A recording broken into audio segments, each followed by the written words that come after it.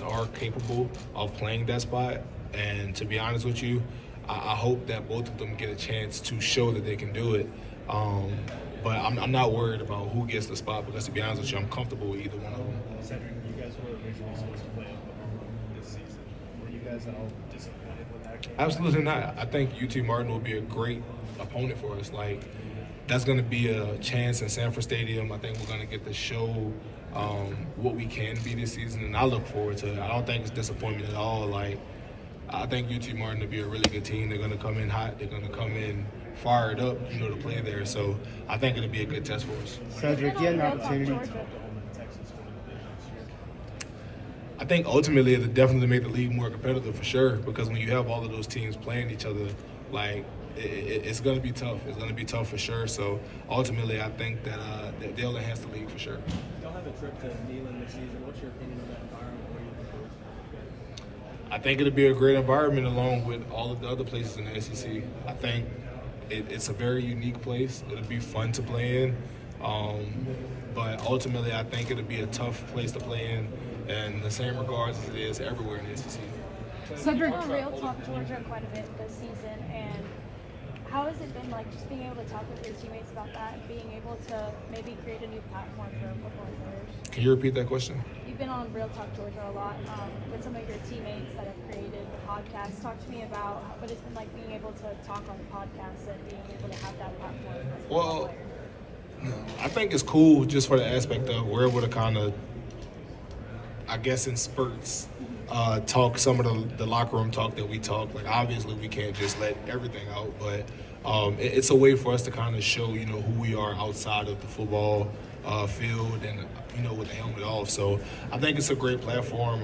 I think that it's definitely something that's good for college football. It allows guys to definitely put themselves out there. So I look forward to it. Sedrick, you have a new quarterback. For accountability as these trafficking and speeding incidents are going on, especially after such a tragedy happened in how are you actively holding guys accountable? That's a great question. I think it comes in spurts. I think it comes in different ways. I think that, one, it takes a realization within each other to realize that we are all responsible for each other, in the sense of when one person makes a mistake, it's not just on you, it's on everybody. So you don't only look bad, we all look bad. But also, I think as a brother, you have to understand that usually that guy is beating himself up for the mistake that he made. And it's not on you to go curse him out. It's not on you to go put him down, because we all make mistakes. We all fall short. And yes, you have to take responsibility, but it's also on you to help that guy. All right, so you had this issue. If we're out and I know that you possibly can make them issue again, hey, nah, bro, I got you. I'm going to take you home. You good. Like, it's those type of things that I think are how we're looking to handle it and how we have been handling it. Year 3 as a starters, most of that time being spent next to Tay Ratledge and Xavier Trust. What does continuity mean for you? So, to be honest with you, it means a lot, just for the simple fact of its familiarity. Like, looking to the left and to the right, knowing that I've had, I don't know, I'm just going to throw a number out there, but 500, 600, 700 snaps with those guys, and that's not even including practice. So just knowing that those guys, you know how they're going to step, you know how they're going to play a block, you know how they're going to work a combo, you know how they're going to set on a sort, like all of those things, it helps you out because it makes your job a lot easier. I think a lot of people, when they talk about offensive linemen and they talk about how great a offensive lineman may be, I don't think people really take into account how much playing next to somebody that you know and have a connection with plays into that, because you may be great, but a lot of that may be from just being comfortable playing to the guy next to you. What's the best way to keep complacency from affecting the program? You guys are talking about complacency. What's the best way to keep that from affecting? Just like I was saying earlier, is just the knowing that nobody from the previous two teams is going to go out there and play for you. Like, Jordan Davis isn't putting on the jersey this year for Georgia. Like, he's not playing. So it's just understanding that, yes, what those guys have accomplished is great, but this team has not accomplished anything. We have not played a game yet. We have not played anybody. We haven't done anything. So I think it's really just understanding that if you want what they had, you have to work for it. And I think that's just the biggest thing, understanding that all of your opponents are great. All of those guys are going to come with it. They're going to be prepared. Nobody's going to be unprepared. Everybody's going to be giving you their best shot. So it's up to you to make sure that you're working just as hard, if not more, the guys that came before you to try and hopefully by the grace of God achieve something that you want. What do you think's going to be the biggest change for Texas and Oklahoma when they get here?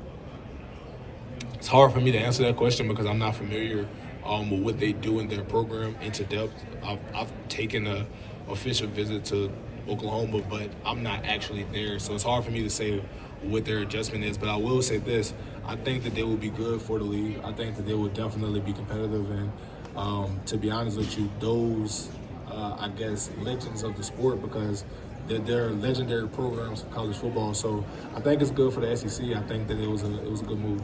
Cedric, what do you tell? These off seasons been for you personally? I'm sorry if you've been asked this, but you've won back-to-back national championships, but obviously you had the tragedy right after this last one.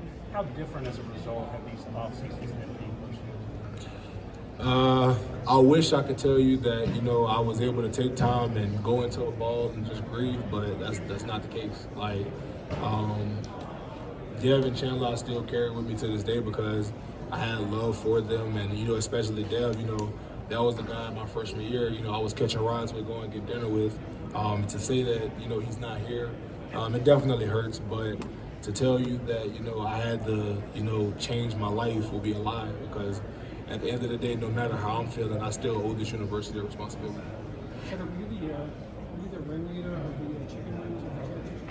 No, I was not. I did get one, as you can see on camera, but I wasn't the ringleader. So I don't know. You may have to go watch the film on that one. What do you tell freshmen and transfers coming in about the level of play specifically in the SEC, and how you have to adapt to that? That's a good question.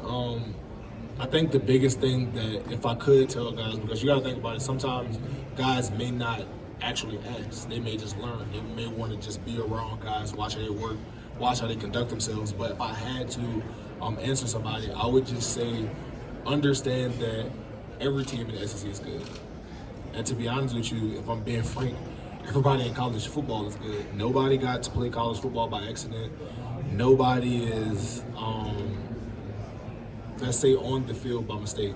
Everybody's talented, everybody's good. So it's really just understanding that you have a responsibility to make sure that you're prepared, because the time that you think that you can't or you shouldn't prepare is when the time you'll get embarrassed. So, talk about eating off the floor, and when Kirby says that, what does that mean to y'all?